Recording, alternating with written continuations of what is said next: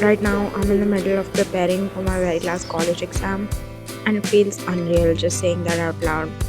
This is it, the last time I'll ever stay up late, cramming things I'll forget in a week. The last time I'll walk these walls half asleep. The last time I'll stress over something that felt so big, but maybe wasn't. I'm exhausted, emotionally, mentally, spiritually, but I'm also weirdly present. Because even though I'm counting down the seconds to be done with this place, and I mean that, I'm so glad I'll never have to come back here again. But there's also this quiet voice inside me begging me to soak it all in. The mess, the magic, the memories.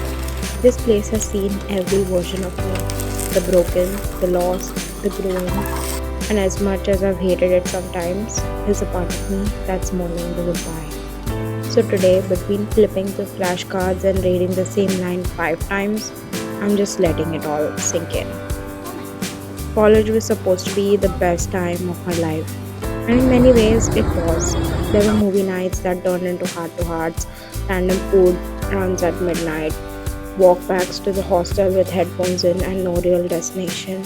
There were beautiful moments, simple ones, that made me feel alive, young, and free. But it was also hard, like really hard.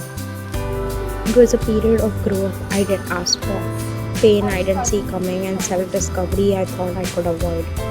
I walked into this place as an 18-year-old who thought she had it all figured out. But now, at 22, I'm not even close to figuring it all out, and yet somehow I've never felt more like myself. I've unlearned so much about love, about friendships, about who I thought I needed to be. I've outgrown versions of myself I used to cling to. I've had to shed parts of me that were built on pleasing others.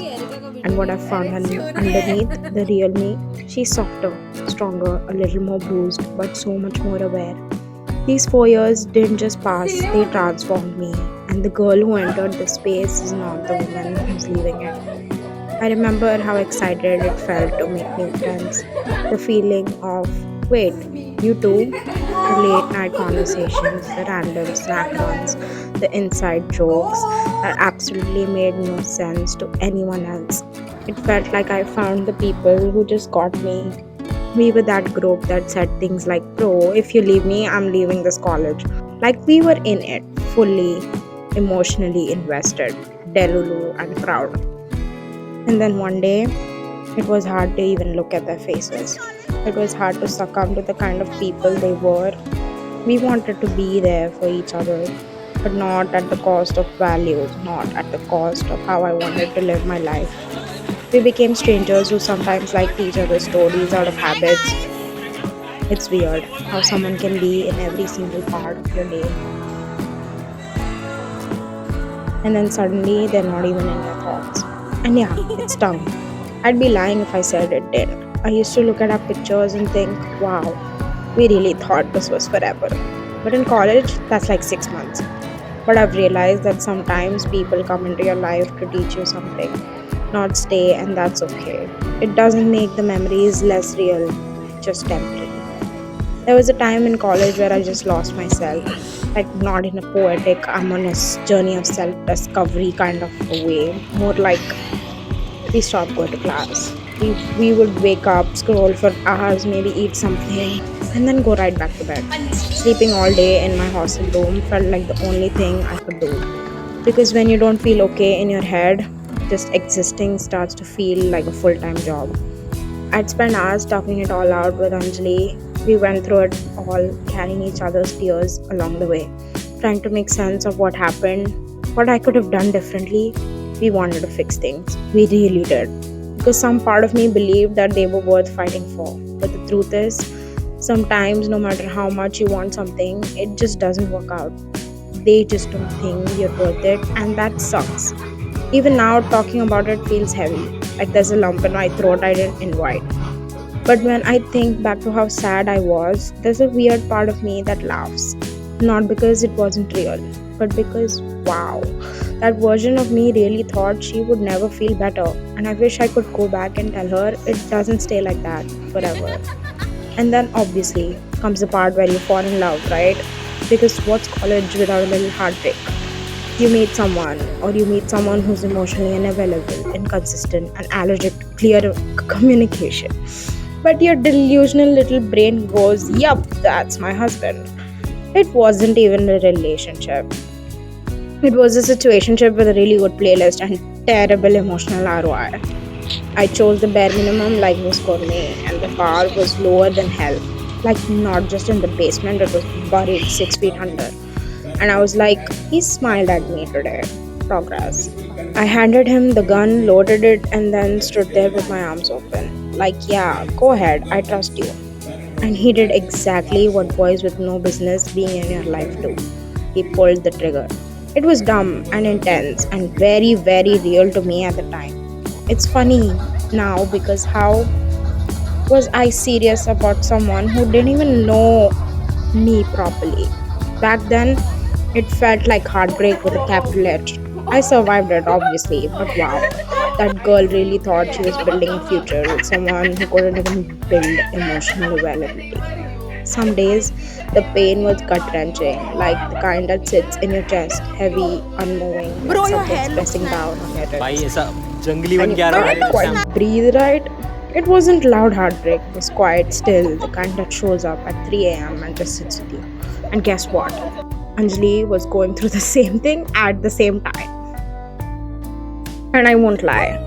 Even now, sometimes I wish it could have been different. I miss the safety I felt with him, the comfort of his voice when the world felt too much, the way being next to him made me forget about everything else. I miss it. I miss him, or maybe I miss who I got to be when I was with him. But I've also realized the version of love I thought I wanted wasn't the version of love I actually deserved. Because love isn't supposed to leave you confused or waiting or asking again and again why you weren't enough. At the end of the day, I loved him with my full heart, and that matters, even if it didn't last, even if it wasn't right, even if it ended quietly. The love was real, and so was I. And let's not forget about the people who stayed and occasionally slapped me out of the Delulu. They stood by me when I was crying over boys who couldn't spell communication. When I kept going back to what broke me, when I thought red flags were just aesthetic choices. They didn't just sit with me through the pain, they called me out. Lovingly, aggressively, repeatedly. Because that's what real ones do. See you after the exam. They reminded me of who I was on the days I couldn't recognize myself. They made me laugh mid breakdown, they sent me memes mid crying, and no matter how messy it got, they never left. They held my hand through every ugly cry, clowned me when I deserved it, defended me when I didn't even know I needed defending.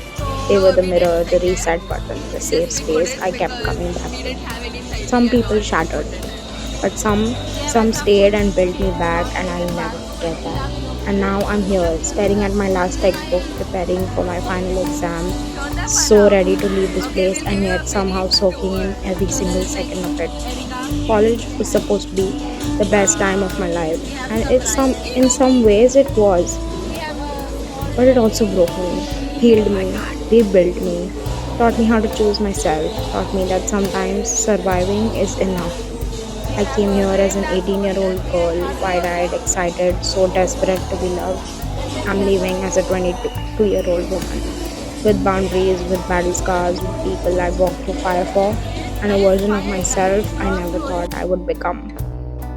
There were days I couldn't get out of bed, days I wanted to give up, days I felt like I had lost everything, but I didn't. Because I made it through, and I'm never coming back to this place again. But it'll always live in me. It wasn't perfect, it wasn't always kind, but it taught me everything.